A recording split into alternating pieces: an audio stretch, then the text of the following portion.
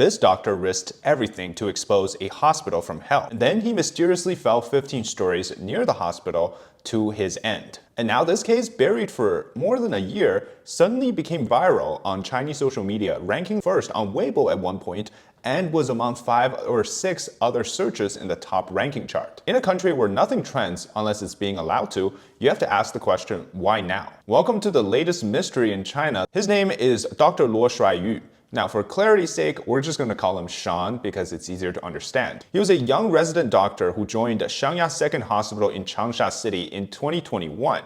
And during his time as a resident doctor, he seems to have noticed something very strange that goes on at this hospital. And unfortunately, on May 8th, 2024, he met his end. His body was found 15 floors down, near his dorm. Police ruled it Sudoku. Nothing of his end made any sense, which we'll go into details later. But first, let's talk about what actually goes on in this hospital. It turns out Sean's father had recovered from his computer's hard drive, which was wiped clean, by the way, a little weird, more on that later, hours of secret recordings of videos and audios of conversations that took place between Sean and other people at the hospital, doctors, directors, etc., documenting what he thought was happening, horrifying schemes, profit-driven surgeries, live organ harvesting, fake diagnosis, what his father was able to recover, over 10,000 pages after it was transcribed, weighing 6.5 kilograms or about 14 pounds of information. At the center of the scheme is a Dr. Liu, who, for clarity's sake again, we'll just call him Ill. So again, it's for clarity's sakes. But if you thought Squid Game, the scenes about organ smuggling, what they do to the dead participants, was scary, well, this story is going to make that look like Disney.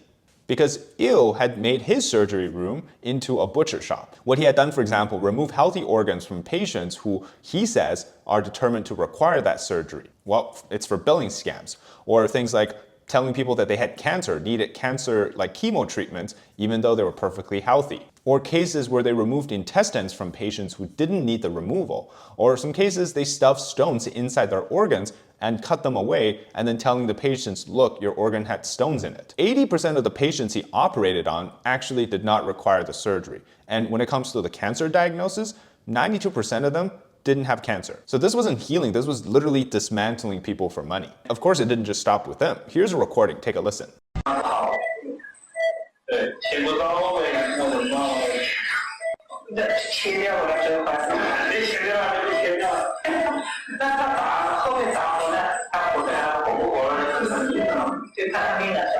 So if it was a poor patient who couldn't pay, they'll just take their entire organ away and sell it for covering the cost. And that's what exactly happened in this audio recording. And now this wasn't ill, this was another hospital surgeon. So as you can see, this was happening all across the entire hospital. And in the recording, the patient couldn't afford the care, so they were discussing how to remove that organ. Before we go any further with this crazy story, let me get the other David to tell you about our upcoming trip to Singapore. Dear China Insider viewers, this August, I'm heading to Forest City in Malaysia, a haunting symbol of China's real estate crisis. For a 7-day investigation, I'll be exploring the ghost city and speaking and interviewing with people in Malaysia and Singapore about the Chinese crisis in its real estate, politics, as well as the general perception in Southeast Asia. My goal is to expose the growing influence of the Chinese Communist Party there. Your support will make this journey possible, powering China Insider to deliver unfiltered and bold truth. So why am I going? Well, it's probably the only place outside of China where we can witness the entirety of the Belt and Road Initiative from its rise to the downfall, the decade of Xi Jinping's ambition,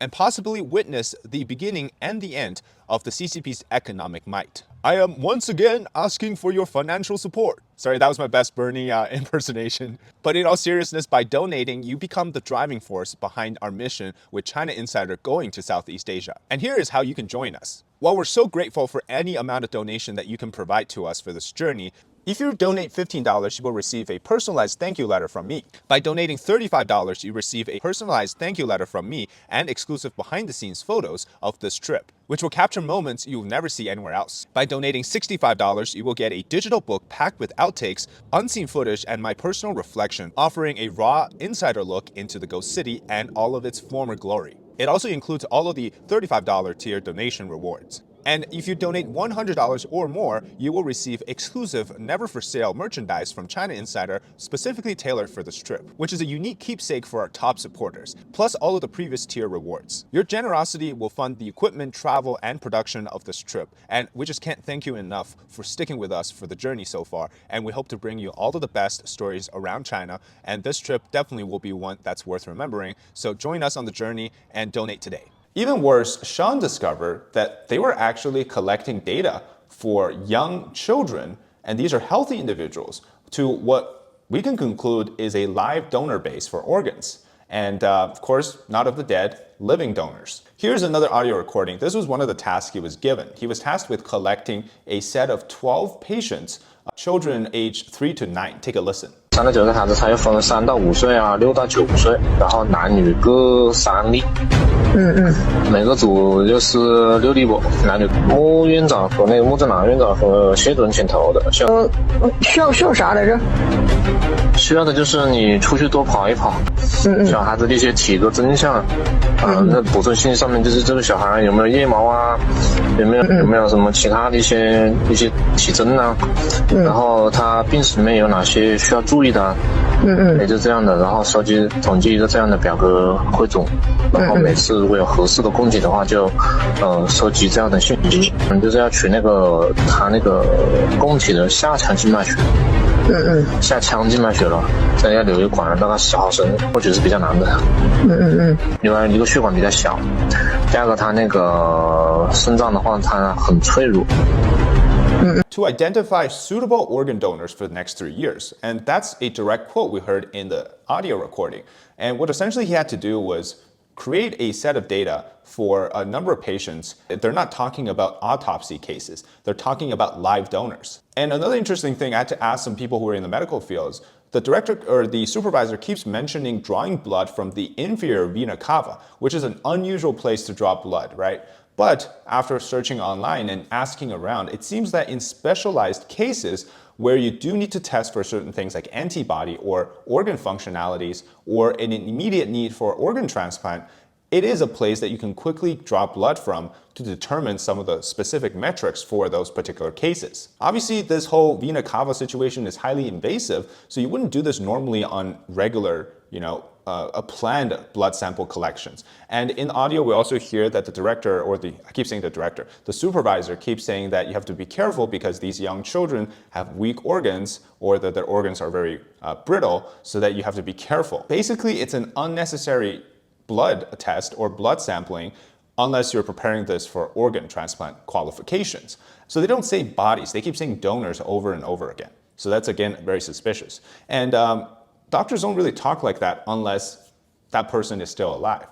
So essentially what we've seen Sean has been doing is that he's been documenting these cases, trying to build a very convincing report so that he can submit it to the relevant authorities, but unfortunately he didn't get to do that. Before he could blow the whistle, he reached his end. What's interesting here is some of the details before his end. For example, the day before he died, he messaged 2 distant colleagues. He says, if I don't show up tomorrow, give the files in my computer to the inspection committee. And then 7 minutes before his end, suspicious texts are sent from his phone, but this time in third person. Says Sean had an accident.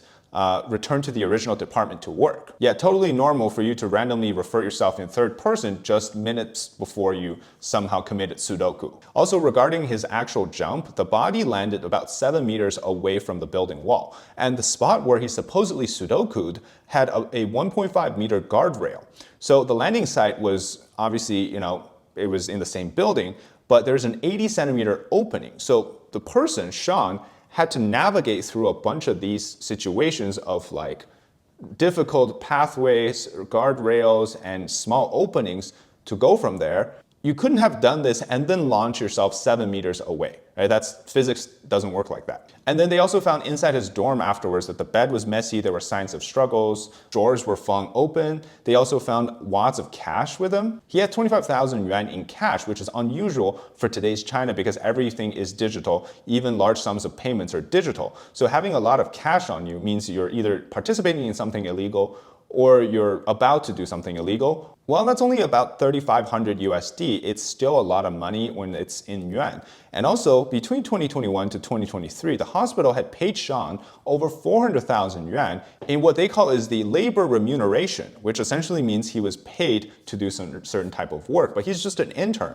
And in most cases, hospitals don't give you extra money for doing extra work because they want to work interns to the ground. And so this is also very strange. And then also, his laptop was wiped, completely formatted.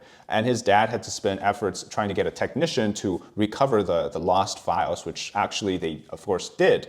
And so again, things like those secret files, recordings, they were all gone after he passed away. Now, the conclusion of this, which I find is even more weird, is that Il had been sentenced to 13 years in prison for some of the stuff like medical malpractice, but it wasn't because of Zhang, but it was because of anonymous reportings by internet users saying that he was doing a lot of the stuff that we talked about. We backtrack about a year ago. This is where things get interesting. The case was determined to be, this very mysterious corruption involved, but at the end of the day, it's a, Sudoku case, right?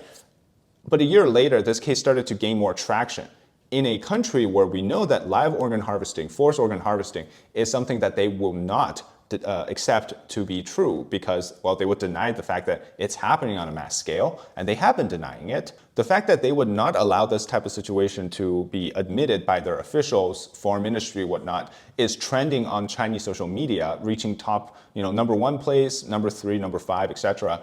And then people actually considering the fact that these kids might have been used for organ donation. Why are they letting this go viral? That's my question. For decades, they've denied the allegations that the CCP is harvesting organs from Falun Gong practitioners because since the persecution started against them in 1999, this was one of the ways to systematically eliminate their body, their spirits, and their soul because it's the very act of the forced organ harvesting is the capital punishment for them. And then so after Xi Jinping came into power, this operation was expanded to Uyghurs, to regular citizens, to young kids, to teenagers. So it's been quite widely known in China that there's a huge number of missing young adults, young kids, just every single year. A lot of this is because of the organ situation. So everybody has been keeping silent on this case, except till now we suddenly get this revival of that. My wish is that somebody in the CCP still has the conscience to try to let this type of thing get out so that people can know about it, but it might just be my wish. And I hope that this continues to be exposed and that we hear more about this, and which actually validates people what they've been saying over the years, how this is happening in China, and finally we're seeing some real examples of this. So thanks so much for watching this episode. Hope you enjoyed it. If you want to support our channel, consider checking out the Zephy link in the description to support our upcoming trip to Singapore. Until next time, bye-bye.